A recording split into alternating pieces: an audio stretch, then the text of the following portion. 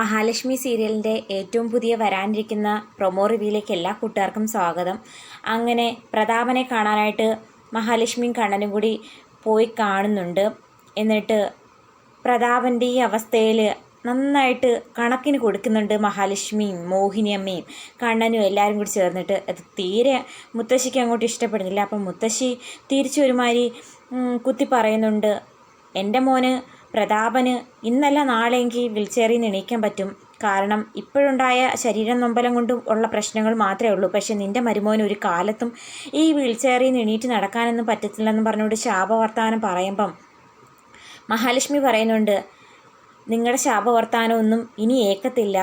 ഇതുപോലെ കണ്ണേട്ടൻ്റെ കാലിൻ്റെ വിരലുകൾ ചലിച്ചു തുടങ്ങി. അപ്പം മുത്തശ്ശി പറയുന്നുണ്ട്, ചലിച്ചു തുടങ്ങി നാരങ്ങാണ്ടൊക്കെ പറയുന്ന കേട്ടു, ഇതുവരെ ഞാനൊന്നും കണ്ടിട്ടില്ലെന്ന് പറയുമ്പോൾ ഒന്ന് കാണിച്ചു കൊടുക്കാൻ പറഞ്ഞുകൊണ്ട് കണ്ണ ഈ കാലിൻ്റെ വിരലുകളൊക്കെ ഒന്ന് ചലിപ്പിച്ച് കാണിച്ചു കൊടുക്കുന്നു. അത് കണ്ട് മോഹിനിയമ്മയ്ക്കും മഹാലക്ഷ്മിക്കും ഒരുപാട് സന്തോഷമാകുന്നുണ്ട്. എന്നാൽ മുത്തശ്ശിക്കും പ്രതാപനും അത്രയ്ക്ക് അങ്ങോട്ട് ഇഷ്ടപ്പെടുന്നില്ല. പിന്നെ ഒരു മാറിപ്പോയിരുന്ന് സംസാരിക്കുന്നു. അപ്പോൾ മോഹിനിയമ്മ പറയുന്നുണ്ട്, എന്തായാലും മോൻ്റെ വലതുകാലിൻ്റെ വിരലുകളൊക്കെ ചലിച്ചു തുടങ്ങി, അതുപോലെ ഇടതുകാലും എത്രയും പെട്ടെന്ന് ഇതുപോലെ ചലനശേഷി കിട്ടണമെന്നൊക്കെ പറയുമ്പം കണ്ണൻ പറയുന്നുണ്ട്, കിട്ടുമായിരിക്കും, പക്ഷെ അത് ഉടനെ ഉണ്ടായിരിക്കുമെന്ന് എനിക്ക് തോന്നുന്നില്ല എന്നൊക്കെ സംസാരിക്കുന്ന കാണിക്കുന്നുണ്ട്. എത്രയും പെട്ടെന്ന് തന്നെ കണ്ണൻ്റെ ഇടതുകാലിൻ്റെ ചലനശേഷിയും കൂടെ തിരിച്ചു കിട്ടണമെന്നുള്ളൊരു ആഗ്രഹത്തിൽ മഹാലക്ഷ്മി കണ്ണനെയും കൂട്ടി തന്നെ ക്ഷേത്രത്തിലേക്ക് പോകുന്നുണ്ട്. എന്നിട്ട് മനസ്സുരുക്കി പ്രാർത്ഥിക്കുന്നു, കണ്ണേട്ടൻ്റെ വലതുകാലിൻ്റെ വിരലുകൾ ചലിച്ചു തുടങ്ങി, അതുപോലെ എത്രയും പെട്ടെന്ന് തന്നെ കണ്ണേട്ടൻ്റെ ഇടതുകാലിൻ്റെ ചലനശേഷിയും കൂടെ കിട്ടണേ, എന്നിട്ട് കാൽപാദങ്ങൾ നിലത്തുറച്ച് നടക്കാൻ സാധിക്കണേ എന്നൊക്കെ മനസ്സുരുക്കി പ്രാർത്ഥിക്കുന്നതായിട്ട് കാണിക്കുന്നു. കൂടാതെ മഹി മനസ്സിൽ വിചാരിക്കുന്നുണ്ട്, എന്ന് ക്ഷേത്രത്തിൽ വന്നാലും ഒരു മുത്തശ്ശിയെ കാണാറുണ്ട്, ആ മുത്തശ്ശി പറയുന്നതൊക്കെ മിക്കപ്പോഴും നടക്കാറുണ്ട്. മുത്തശ്ശി പറഞ്ഞിട്ടുണ്ട് തനിക്കൊരു കുഞ്ഞ് ജനിക്കുമെന്ന്, എങ്ങനെയാണ് എപ്പോഴാണെന്നൊന്നും മുത്തശ്ശി പറഞ്ഞിട്ടില്ല. എന്നാൽ കണ്ണേട്ടൻ്റെ വലതുകാലിൻ്റെ വിരലുകൾ ചലിച്ചപ്പം മുതൽ എനിക്കൊരു പ്രതീക്ഷയുണ്ട്, ഇടതുകാലും ചലനശേഷി കിട്ടി, എത്രയും പെട്ടെന്ന് എൻ്റെ കാത്തിരിപ്പിനൊരർത്ഥം ഉണ്ടാകണേ, എൻ്റെ സ്വപ്നങ്ങൾ നടക്കണേ എന്നൊക്കെ ഉള്ള രൂപത്തിൽ മഹാലക്ഷ്മി മനസ്സുരുക്കി പ്രാർത്ഥിക്കുന്നു. അതേസമയം കണ്ണനെയും കൂട്ടിയാണ് മഹാലക്ഷ്മി ക്ഷേത്രത്തിൽ തൊഴുവാൻ വന്നിരിക്കുന്നത്. മഹാലക്ഷ്മി എത്ര തവണ കണ്ണനെ ക്ഷേത്രത്തിൽ പോകാൻ കൂടെ വിളിച്ചാലും കണ്ണൻ ചെല്ലില്ലായിരുന്നു. അന്നേരം മഹാലക്ഷ്മി ഇപ്പോൾ പറയുന്നുണ്ട്, എന്തൊക്കെ പറഞ്ഞാലും കണ്ണേട്ട ഇന്ന് എൻ്റെ കൂടെ ക്ഷേത്രത്തിൽ വരണം. മുമ്പൊക്കെ ക്ഷേത്രത്തിൽ വരത്തില്ലെന്ന് പറയുമ്പം അതിനൊരു കാര്യമുണ്ടായിരുന്നു, എന്നാൽ ഇനി അത് പറ്റില്ല. മുമ്പ് അനന്തുവേട്ടനോടൊപ്പം ക്ഷേത്രത്തിൽ പോയിട്ടുണ്ടെന്ന് പറയുന്നത് കേട്ടിട്ടുണ്ട്, എന്നാൽ എന്നോടൊപ്പം പോകാനുള്ള ഭാഗ്യം ഇതുവരെ എനിക്ക് കിട്ടിയിട്ടില്ല. അതെനിക്ക് ഇനിയും സഹിക്കാനാകില്ലെന്ന് പറയുമ്പം കണ്ണൻ പറയുന്നുണ്ട്, അതിനാണോ താനിങ്ങനെ പിണങ്ങുന്നത്? എന്തായാലും താനിനി വിളിച്ചില്ലേ പോലും താൻ ഇനി ക്ഷേത്രത്തിൽ പോകുമ്പോൾ തൻ്റെ കൂടെ വരണമെന്ന് ഞാൻ വിചാരിച്ചിരുന്നതാണ്.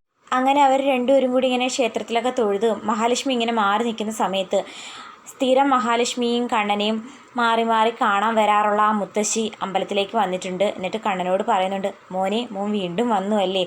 മോനെ കണ്ടതിൽ എനിക്ക് ഒരുപാട് സന്തോഷമുണ്ട്. മോൻ ഉറപ്പായിട്ടും വരുമെന്ന് എനിക്ക് അറിയാമായിരുന്നു. എനിക്ക് മോനെ കണ്ട് അത്യാവശ്യമായിട്ടൊരു കാര്യം പറയാനും ഉണ്ടായിരുന്നു. അന്നേരം കണ്ണൻ മനസ്സിൽ വിചാരിക്കുന്നുണ്ട്, ഈ മുത്തശ്ശി എങ്ങനെ അറിഞ്ഞു ഞാൻ ഇന്ന് ക്ഷേത്രത്തിൽ വരുന്നു എന്നുള്ള കാര്യം? അതുമാത്രമല്ല, മുത്തശ്ശി എന്ത് പറഞ്ഞാലും അത് നടക്കാറുണ്ട്. ഈ മുത്തശ്ശി ഇനി എന്താണ് പറയാൻ പോകുന്നതെന്നൊക്കെ ഉള്ളൊരു ആകാംക്ഷയിൽ കണ്ണൻ കാതോർക്കുന്നു.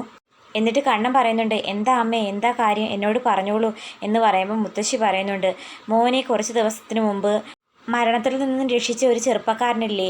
അന്നേരം മാർക്കോയുടെ കാര്യം പെട്ടെന്ന് കണ്ണൻ്റെ മനസ്സിലേക്ക് ഓടി വരുന്നുണ്ട്. അതെങ്ങനെ അമ്മ അറിഞ്ഞു? അന്നേരം മുത്തശ്ശി പറയുന്നുണ്ട്, ചോദിച്ചതിനുള്ള മറുപടി പറയൂ മോനെ, അങ്ങനെ ഒരു ചെറുപ്പക്കാരനില്ലേ? അന്നേരം ഉണ്ടെന്ന് കണ്ണൻ മറുപടി പറയുന്നു. ആ ചെറുപ്പക്കാരൻ ഇപ്പോൾ ഒരു ആപത്തിൽപ്പെട്ടിരിക്കുകയാണെന്ന് പറയുന്നു.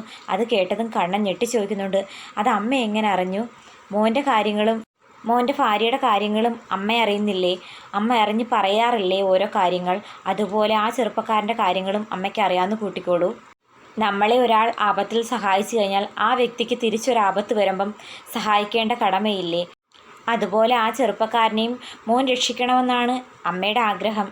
അത് കേട്ട് കണ്ണൻ ചോദിക്കുന്നുണ്ട്, എന്ത് അപകടമാണ് അമ്മേ? അന്നേരം മുത്തശ്ശി പറയുന്നുണ്ട്, മോൻ നേരെ പോലീസ് സ്റ്റേഷനിലേക്ക് ചെല്ലൂ, അവിടെ ചെല്ലുമ്പം ബാക്കിയുള്ള കാര്യങ്ങൾ അറിയാൻ സാധിക്കും. എന്തായാലും ഞാൻ പോയി തിരക്കട്ടെ അമ്മേ, ഉറപ്പായിട്ടും ഞാൻ ആ ചെറുപ്പക്കാരനെ രക്ഷിച്ചിരിക്കുമെന്ന് അമ്മയ്ക്ക് വാക്ക് കൊടുക്കുന്നുണ്ട്. ശേഷം കണ്ണൻ്റെ കാലിൻ്റെ വിരലുകൾ ചലിച്ച കാര്യങ്ങളൊക്കെ പറയുകയും ആ കാലിൻ്റെ വിരലുകൾ ചലിക്കുന്നത് മുത്തശ്ശിക്ക് കാണിച്ചു കൊടുക്കുകയൊക്കെ ചെയ്യുന്നുണ്ട്. അത് കണ്ട് മുത്തശ്ശിക്ക് സന്തോഷമാകുന്നുണ്ട്. പിന്നെ കാണിക്കുന്ന സ്റ്റേഷനിൽ മാർക്കോയെ കാണാൻ വേണ്ടിയിട്ട് ഒരാൾ വരുന്നുണ്ട്. അയാളെ കണ്ടിട്ട് മാർക്കോ ഭയങ്കരമായിട്ട് ഞെട്ടി അതിശയിച്ച് നോക്കി നിൽക്കുന്നത് കാണിക്കുന്നു. ആരാണ് വന്നതെന്ന് കാണിക്കുന്നില്ല. എന്തായാലും ഉറപ്പാണ്. മുത്തശ്ശി പറഞ്ഞ് കണ്ണൻ അറിഞ്ഞിട്ടുണ്ടല്ലോ മാർക്കോ ഇതുപോലെ സ്റ്റേഷനിൽ അകപ്പെട്ട് കിടക്കുകയാണെന്ന്. അപ്പോൾ മാർക്കോയെ രക്ഷിക്കാൻ കണ്ണൻ തന്നെയായിരിക്കും വന്നത്. എന്തായാലും പ്രതാപനും വാമദേവനും മേഘനാഥനും അടുത്ത പണി കിട്ടാൻ പോകുന്നു.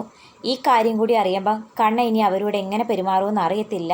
മാർക്കോ വളരെ നല്ല ചെറുപ്പക്കാരനാണെന്നുള്ള കാര്യം മറ്റാരേക്കായും കണ്ണൻ അറിയാം. കാരണം മരണത്തിൽ നിന്ന് തന്നെ രക്ഷിച്ചത് മാർക്കോയാണ്. തോമസ് വൈദ്യരുടെ വർത്തമാനത്തിൽ നിന്നും ഇനി സ്റ്റേഷനിൽ ചെല്ലുമ്പോൾ അവിടുത്തെ ഓഫീസേഴ്സിൻ്റെ വർത്തമാനത്തിൽ നിന്നും മാർക്കോ എത്ര നല്ല ചെറുപ്പക്കാരനാണെന്നുള്ള കാര്യം കണ്ണന് തിരിച്ചറിയാൻ സാധിക്കും. എന്തായാലും എന്ത് വില കൊടുത്തും കണ്ണൻ മാർക്കോയെ പുറത്തിറക്കുമെന്നുള്ള കാര്യത്തിൽ സംശയമില്ല. അപ്പം കാത്തിരുന്ന് കാണാം. ഇന്നത്തെ വീഡിയോ ഇഷ്ടപ്പെടുവാണെങ്കിൽ തീർച്ചയായിട്ടും ചാനലൊന്ന് സപ്പോർട്ട് ചെയ്യാൻ മറക്കല്ലേ കൂട്ടുകാരെ.